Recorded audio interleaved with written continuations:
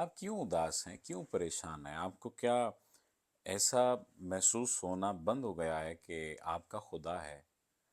क्या आपको खुदा पर यकीन नहीं रहा? क्या आपको उसके रहमान होने पर यकीन नहीं रहा? क्या आप अपने दुखों की गठड़ी को उठाकर उसके सामने नहीं रख सकते? क्या उसने आपसे सजदे की तौफीक छीन ली है? क्या उसने आपसे रुकू की तौफीक छीन ली है? अगर सजदे में नहीं गिर सकते, रुकू में नहीं गिर सकते, अपने बिस्तर में बैठकर उसे याद कर सकते हो? अपने बिस्तर में बैठकर पुकार सकते हो कि या बारी ताला टूट रहा हूं? मुनाजात कर सकते हो? अपना दुख बता सकते हो? कह सकते हो कि नहीं रहा जा रहा? कह सकते हो कि नहीं गुजारा हो रहा, तकलीफ बढ़ गई है, अब हिम्मत जवाब दे रही है।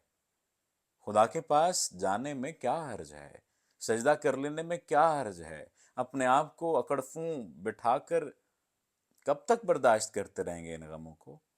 अपने मसले को खुदा के पास क्यों नहीं लेकर जाते? उसे बताएं कि तू तो रहमान है, तू तो रहीम है, तू तो करीम है, तू मसाइल का हल करने वाला है, तू दाता है, तू सबको देता है। तो मेरा ये एक छोटा सा गम है, इस गम को खुशी में बदल दे। मैं ये तुझसे नहीं कहता कि तू मुझे वो दे जो मेरे हक में बेहतर है। मैं इस ख्वाहिश पर अटक गया हूं, मुझे ये ख्वाहिश चाहिए। ये क्यों नहीं कह सकते आप? और उसके लिए आप दुनिया भर की चक्कर काटते फिर रहे हैं। वो खालिक है, वो आपको देगा। वो आपका रब है, वो आपको देगा। उसने ऐसे नहीं कह दिया कि 70 माओं से ज्यादा प्यार करता हूं। और आप अपने गमों में बैठे हुए हैं, अपने दुखों में बैठे हैं, अपनी तकलीफों में बैठे हैं, अपनी अजियतों में बैठे हैं, और आप उसके पास नहीं जा रहे। वो दरवाजे खोले बैठा है। याद रख लें ये बात, खुदा मौजूद है आपकी शाहरग से नजदीक। ये आपने अपना फासला तय करना है कि उस शाहरग के नजदीक मौजूद खुदा को हम मजीद नजदीक उसके जाते हैं या वहां से खुद को दूर करते हैं। ये वीडियो देखते हुए ही आपके दिल में अगर ये ख्याल आ जाए कि हाँ, मुझे अपना गम अपने रब को सुनाना चाहिए, तो समझ लें कि उसने आपसे तौफीक नहीं छीनी। लोग आपको डराते हैं कि सजदों की तौफीक छीन ली। ठीक है, सजदों की तौफीक छीन ली, मान लिया, लेकिन दिल में मौजूद है ना वो। तो उससे गम क्यों नहीं सुनाया जा सकता? वो क्या था दिल में बसा रखी है तस्वीरें यार, एक जरा गर्दन झुकाई देख ली। अरे उसे तो महसूस करने के लिए गर्दन झुकाने की जरूरत नहीं है भाई।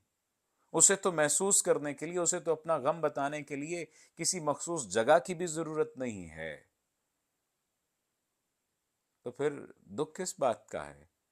किस बात का रोना है कि आपके पास कोई आपको सुनने वाला मौजूद नहीं है? जब खुदा है तो फिर रोना किस बात का है कि आपको कोई सुनने वाला मौजूद नहीं है?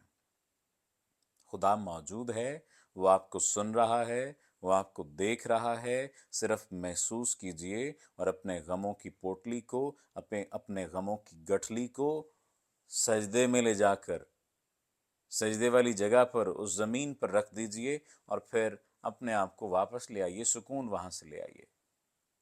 अपना ताल्लुक मजबूत करें रब के साथ, और फिर अपने साथ, अपने साथ और फिर अपने रब के साथ। जब ये कर लेंगे तो जिंदगी में सुकून आ जाएगा। रब आपका अपना है, खुदा आपका अपना है। उससे मोहब्बत करें, उससे मांगें, वो आपको देगा। सिर्फ लोगों के रवैयों की वजह से या लोगों की दी हुई अजियतों की वजह से अपने आप को रब से नाराज करके ना बैठ जाइए।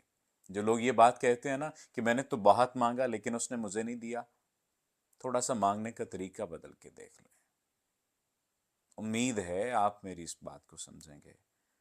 आपका बहुत शुक्रिया अगर आपने अभी फौरी ये ख्याल आपके दिल में आ गया कि हाँ, मुझे अपने रब से मांगना चाहिए।